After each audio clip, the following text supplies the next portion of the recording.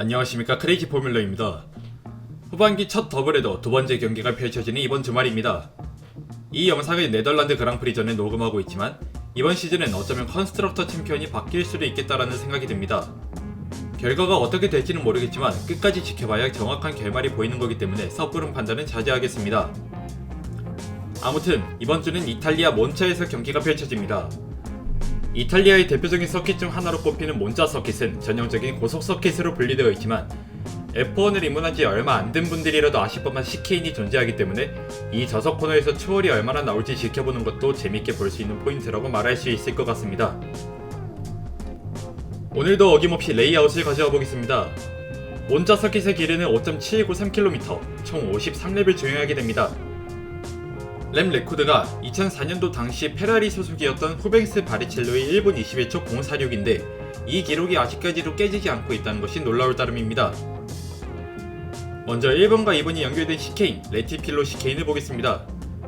이번 시즌에 도로가 재포장되고 이전보다 라인이 조금 더 넓어졌으며 코너의 각이 더 굴곡지게 변했습니다. 사실 작년까지만 해도 이 코너에서 초월하는 것은 온 힘을 끌어다 써서 초월 라인으로 진입해야 겨우 완벽에 가까운 초월을 만들 수 있었는데 이번 시즌부터 넓어진 라인을 이용해 약간이라도 더 수월한 초월이 나오지 않을까 감히 예상해보겠습니다. 그리고 4번과 5번 코너가 이어지는 두 번째 시케인, 로지아 시케인입니다. 레티필로 시케인보다는 코너가 완만하지만 여러 대의 차가 얽혀있을 때의 사고를 유의해야 하고 반대로 생각해보면 1대1 상황이 되었을 때는 여기도 충분히 초월을 노려볼 만한 넓이의 시케인이기 때문에 초월 포인트로서의 역할을 충분히 할 수 있다고 생각하는 바입니다. 다음 6번과 7번 코너를 묶어서 레즈모라고 부릅니다.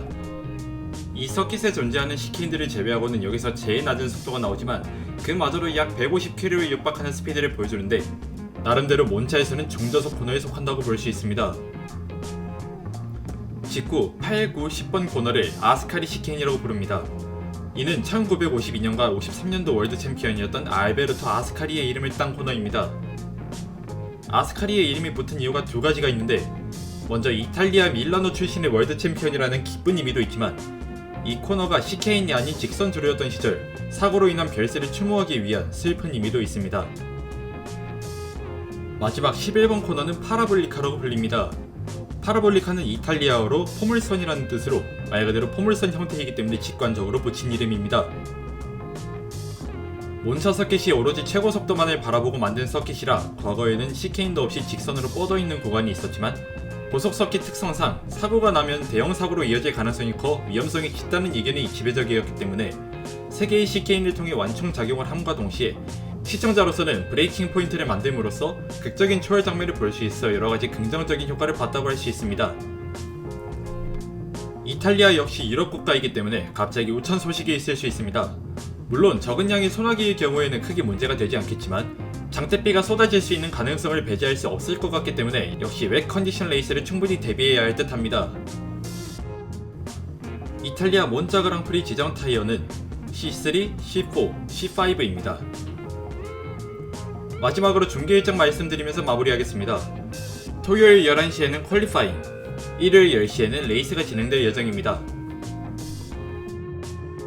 오늘 영상 여기서 마무리하겠습니다. 좋은 하루 보내시길 바라면서 지금까지 크레이지 포뮬러였습니다.